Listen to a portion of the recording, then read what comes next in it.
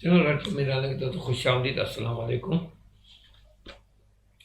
अक्षर ड्राइवर की कहानी, इसकी वीडियो नंबर 6 है और स्क्रिप्ट का सीन नंबर 11 है। ये इंदौर का सीन है। वक्त दिन दोपहर का है। मकाम अस्पताल का कॉरिडोर है। किरदार जुलेखा, करीम, नादिया है। करीम और जुलेखा अस्पताल के कॉरिडोर में परेशानी के आलम में खड़े हैं। सामने के दरवाजे के अंदर कमरे में नादिया बेड पर लेटी है। शायद वो बेहोश है या सो रही है। ये दोनों कभी नादिया को देखते हैं, कभी एक दूसरे को। जुलेखा परेशानी के आलम में करीम से पूछती है। जुलेखा पूछती है, ये 3-4 लाख रुपए कहाँ से आएंगे? करीम फिक्रमंदी से कहते हैं, यही मैं सोच रहा हूँ। हमारा तो कोई अजीज रिश्तेदार भी नहीं, कोई जान पहचान वाले हैं तो वो भी हमारी तरह के हैं। जुलेखा कहते, आप कहें तो मैं खाला नसीन से बात करूँ? बोलने में झिझक भी है। करीम चौंक कर, नहीं, वो खाला नसीन भी एक औरत है। माना कि वो नेक औरत, नेक खातून है।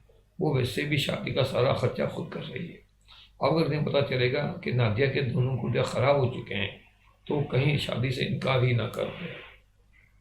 जुलेखा घबरा कर, हाँ, ये तो मैंने सोचा ही नहीं था। वो शादी से इनकार कर सकती हैं। भला कौन बीमार लड़की को अपनी बहू बनाता है? करीम समझा, तो इस बात का तो खाला को पता नहीं चलना चाहिए।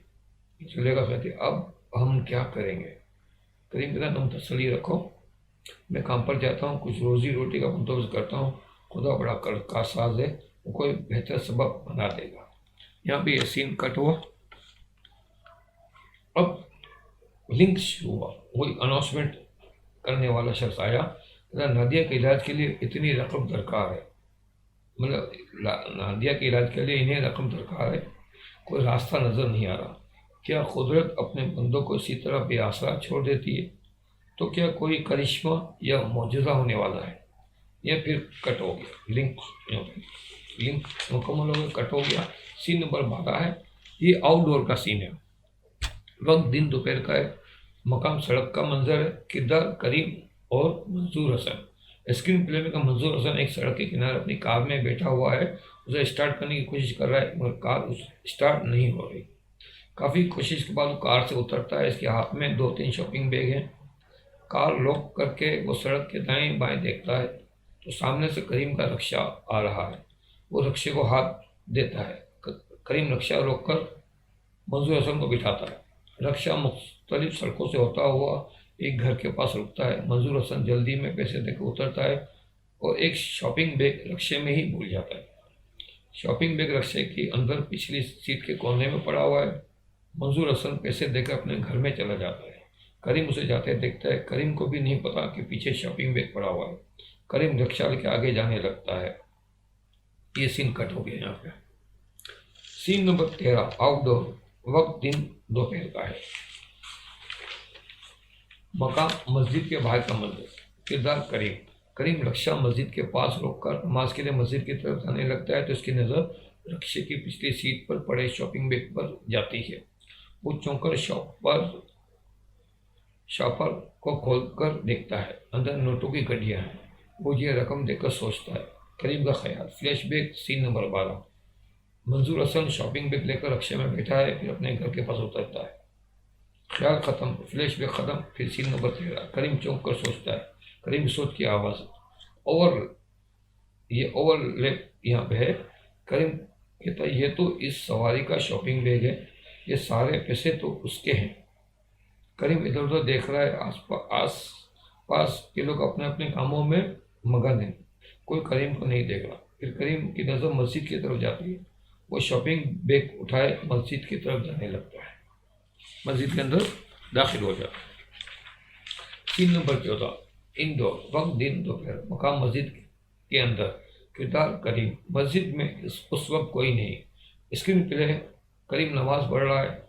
शॉपिंग बैग इसके पास ही रखा है। नमाज पढ़कर वो हाथ उठाकर दुआ मांग रहा है कि इसके अंदर से इसकी अपनी 2 सोचें इससे मुखातिब हो रही। एक अच्छी सोच, एक अच्छी सोच यानी मुस्बत, एक मनफी सोच। ओवरलैप यहाँ पे चलेगा। अच्छी सोच कहती है, करीम कहते हैं, ये रकम तुम्हारी नहीं, तुम्हें इसे वापस कर देना चाहिए। शॉपिंग बैग खुला हुआ है। इसके अंदर नोटों की गड्डियाँ नजर आ रही हैं। करीम की नज़र गड्डियों पर है। करीम फिर ओवरलैप मनफी सोच, अब मनफी सोच आती है करीम को, ये खुदा ने तुम्हारी मदद की है, तुम्हारी बेटी ज़िंदगी और मौत की कश्मकश में है, ये रकम तुम्हारी बेटी की ज़िंदगी वापस दिला देगी। करीम अब मुस्बत सोच कहती है, ज़िंदगी और मौत खुदा के इख्तियार में है, सब ने एक दिन मरना ही है, तुम भी एक दिन मर जाओगे और तुम्हारी बीवी और बेटी भी एक ना एक दिन मर ही जाएंगे। फिर जब सबने मरना है तो इस वक्त ज़िंदगी के लिए अपनी आकबत क्यों ख़राब कर दे। यानी इसको एक मनफी और मुस्बत सोच तंग कर रही है। इसका इंसान के साथ होता है, आम अमूमी तौर पे होता है, तो इसके साथ भी ये मैंने इसको लिखा है। करीम की सोचें गड़बड़ हो रही है। करीम की मनफी सोच कहती है बेटी की ज़िंदगी बचा लो, मुस्बत सोच कहती है अपनी आकबत ख़राब मत करो। करीम इसी कश्मकश में शॉपिंग भी लेकर उठता है और बाहर की तरफ बढ़ता है। लिंक, ये सीन कट होता है, लिंक शुरू हुआ, लिंक में अनाउंसमेंट है, वो कह रहा है कि बेटी की ज़िंदगी या अपनी आकबत, दोनों में से किसे करीम बचाएगा। करीम एक ईमानदार शख्स है, सारी ज़िंदगी रिक्शा चलाकर मेहनत करके हक हलाल की रोटी कमाई है, मगर आज इसकी बेटी की ज़िंदगी दाव पर लगी हुई है। आज एक तरफ बेटी की ज़िंदगी जो अभी जवान है, दूसरी तरफ करीम की ईमानदारी जो अपनी आकबत की फिक्र दिला रही है। क्या करीम इस कुदरत के इम्तिहान में कामयाब होगा या नाकाम। यहाँ ये सीन कट होगा। आगे सीन नंबर 15 जो हम अगली वीडियो में इस पर बात करेंगे। तो अगली वीडियो तक के लिए इजाज़त दीजिए। अल्लाह हाफ़िज़ नासिर।